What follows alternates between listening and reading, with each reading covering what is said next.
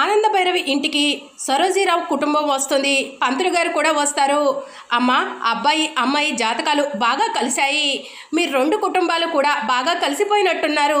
మీ రెండు కుటుంబాలకు తగ్గట్టుగా ఒక శుభముహూర్తాన్ని మీ అందరికీ చదివి వినిపిస్తాను అని చెప్పి పంతులు గారు సరోజీరావు కుటుంబానికి, ఆనంద భైరవి కుటుంబానికి చెప్తూ ఉంటారు. ఇక లహరి, శరణ్య కూడా సంతోషపడుతూ ఉంటారు. అనన్య, కాంచన మాత్రం ఇక్కడ చూస్తుంటే సంక్రాంతికి వస్తున్న సినిమాలాగా ఈ ఇంటి వాతావరణం సరదాగా సాగిపోతుంది.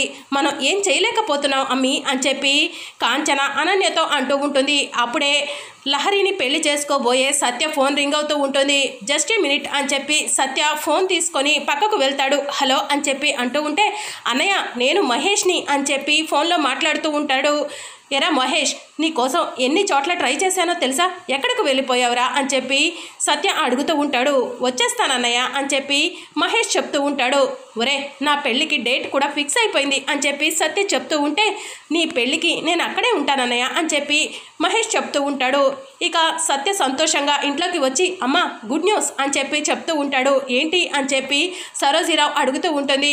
మహేష్ ఫోన్ చేశాడు, పెళ్ళికి వస్తున్నాడంట అని చెప్పి సత్య చెప్తూ ఉంటే లహరి, శరణ్య ఇద్దరు కూడా టెన్షన్ పడుతూ ఉంటారు. మరి అప్కమింగ్ ఎపిసోడ్లో మహేష్ లాగా ఫోన్ చేసింది అనన్యనా లేకపోతే ఇంకెవరైనా?